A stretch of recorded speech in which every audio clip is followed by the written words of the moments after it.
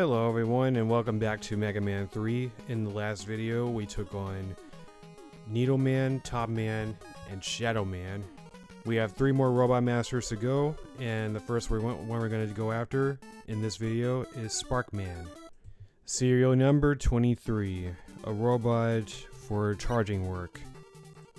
He can generate twice as much electricity as Eggman. Wow, that's impressive. He is always charging his friends. Of course, Sparkman's level would take place in some sort of power plant base level. A lot of conveyors in the background. The backgrounds actually look really cool. These are called electrical gabules, a barricade system that deploys an electric shield. Dodging it is your only option. Like, seriously. This guy's called Elekin, a battery robot made for emergency situations. It tends to short itself out. Watch out for its shots, which fly in 8 different directions. They're also one of those robots that reappear multiple times before you get to the end of this section.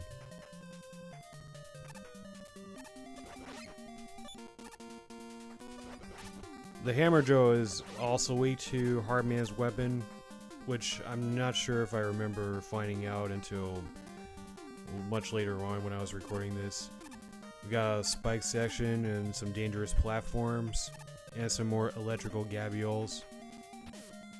That one was pretty hard to dodge, not gonna lie. I did not calculate the timing of that very well.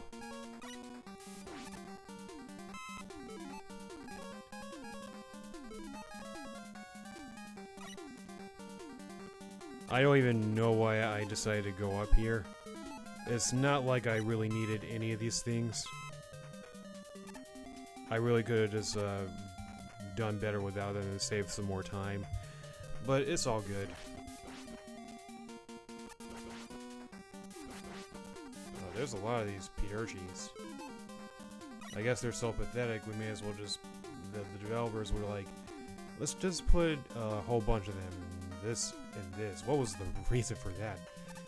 They could have cut that down quite a bit. Of course, watch out for these junk bosses, which are actually like pretty freaking hard to dodge. It's best to just like get through this small section as quickly as possible.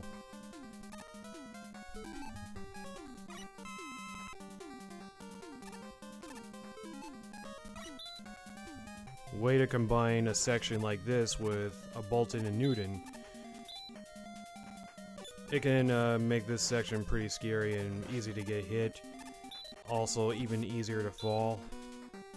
Like this part can be pretty tricky to get through without taking any damage. But the Shadow Blade makes good work of these guys, even though they're weak to the Buster. So if they're weak to the Buster, they're weak to anything. So here's Sparkman. He has 2 separate attacks. He has a spread shot like that, and a charge shot like that. Also, this is around the time when I noticed just how nerfed the Shadow Blade is compared to... But the Shadow Blade is good for cutting through his electrical circuits, I guess. And that's gonna be it for Sparkman.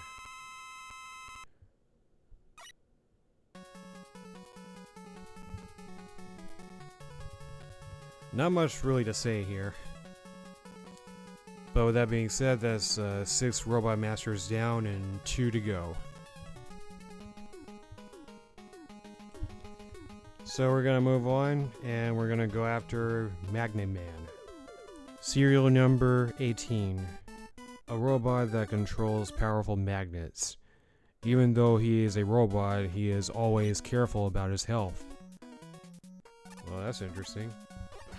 These are called Magfly, a robot made for transporting iron. Be careful or its magnetism will carry you away. Just like that.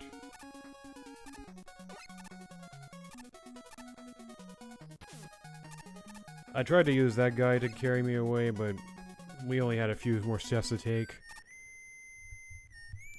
Oh, here comes this guy again. Same as before. His pattern has not changed. Very simple to deal with, so there's not much to say here. I'm not sure exactly how many shots it takes to take him down, but he's very easy to take down anyway. This is a giant Springer. Bigger is stronger was the principle in mind when this simple robot was made. Make sure to quickly shoot down his guided missiles. At least it's not invulnerable like the original Springer from Mega Man 2. But it also does the same thing. I don't know why I couldn't figure out that it was the Gemini laser that he's weak to. I use the Search Snake here because I really don't like these stairs and these small sections that they like to put in these levels.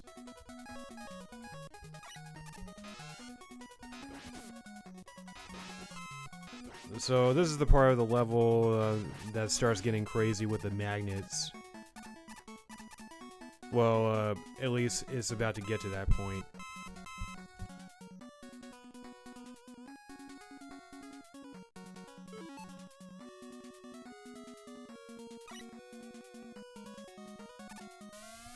The return of the appearing blocks.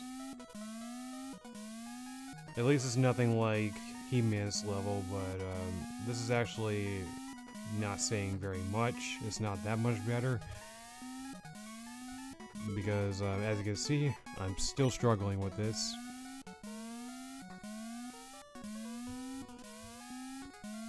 How did I fall off?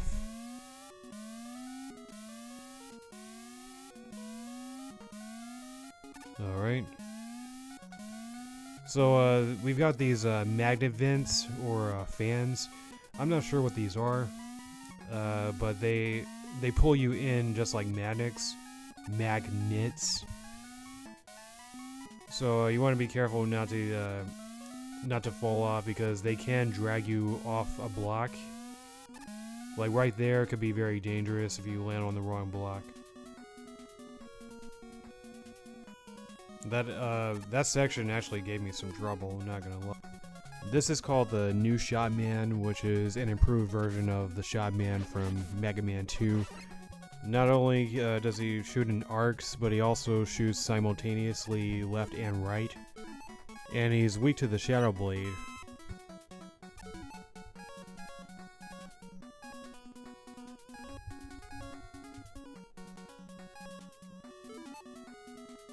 Not gonna lie, I really don't like this item menu. Or the pause menu for Mega Man 3. I think it's probably the worst of the series, but thankfully it gets better as the series goes on. That was actually my first time using the Spark Shot. I forgot the name of the weapon. Spark Shock, not Spark Shot. But judging by the gameplay, it looks like I never figured out that the new Shot Man is weak to the Shadow Blade. Which is something I wish I would have known while I was recording this, because the Shot Blade can aim in a diagonal direction. But that's okay, and we're just gonna keep moving forward. It is time for us to fight Magnet Man. He has two attacks. His first attack that he's gonna use is the Magnet Missiles. He's gonna jump in the air and aim at you, but you can easily dodge them by sliding. And then he has the ability to draw in enemies with his strong magnetic power.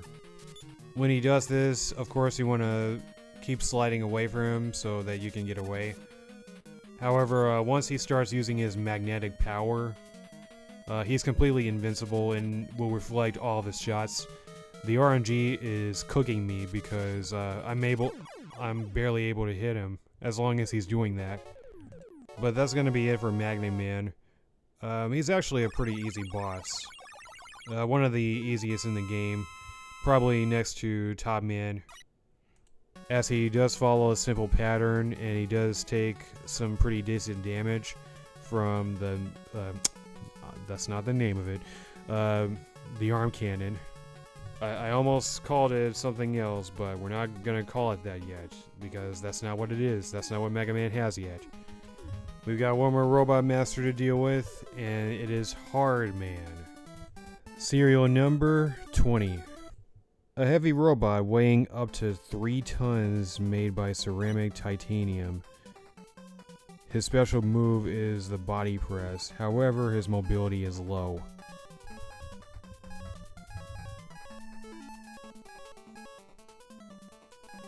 I really don't like navigating this item menu.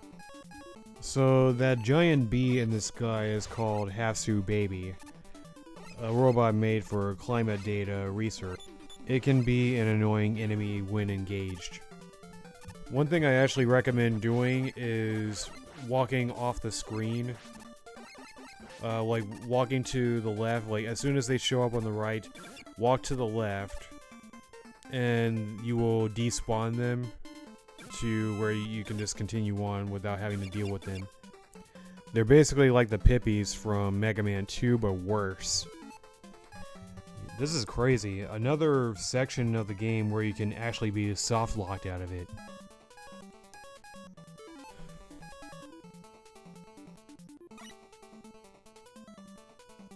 So what you want to do is try and just be careful with this hammer, brother. I'm trying to say a strategy. I've got no strategy to say. Just be careful and make sure you time your rush coil and try not to run out of rush coil before you get to that point. Not that there's any place to use rush coil, which the game assumes that you're not just going to be using it, which is probably why the designers put that giant platform up there so that people would utilize the rush coil. By the way, that robot was called a returning monkey. We're probably going to see it again soon. It is a toned up version of the heavier monkey from Mega Man 2. Oh, there he is right there. You want to try to defeat it before it starts moving around, which it usually only moves around once you get close enough to it. Once you get close enough to it, it will drop down and start jumping around trying to attack you. And it's very annoying to deal with. You want to make sure you destroy it before you get close to it. Or rather, just destroy it so you don't have to get close to it. It's actually weak to the top spin of all things, which sounds hilarious because the top spin sucks. These are called wanan. These are traps for unwanted intruders. Get past it quickly by sliding. I was gonna get that one up, but I realized it wasn't even worth it. We gotta deal with this guy one more time, at least for now. But this is actually probably the hardest place to deal with him because he's constantly jumping because of these platforms. So I'm really just trying to take him out as quickly as possible because I couldn't really figure out a proper pattern or strategy to deal with him. Good thing that energy was right there because we definitely needed that. Oh, and it was right before the boss door.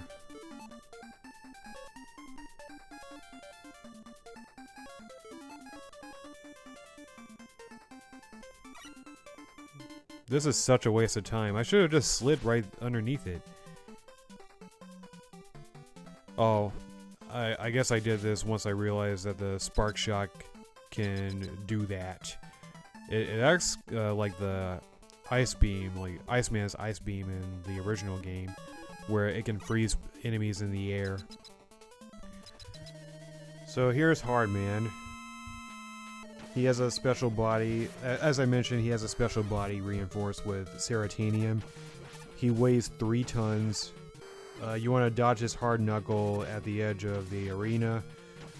And you also want to watch out for him when he jumps, because when he jumps, he's going to come down, and he's going to come down hard. Pun entirely intended, but also not really. And also literally, because Hard Man falls so hard, and he's so freaking heavy, that he will freeze the entire arena. Mega Man will freeze in the air after he impacts the ground. This guy gives Gusman a run for his money. But that's going to be it. As you can see, the password screen does not show up here this time because of something that we're going to be seeing in part 4.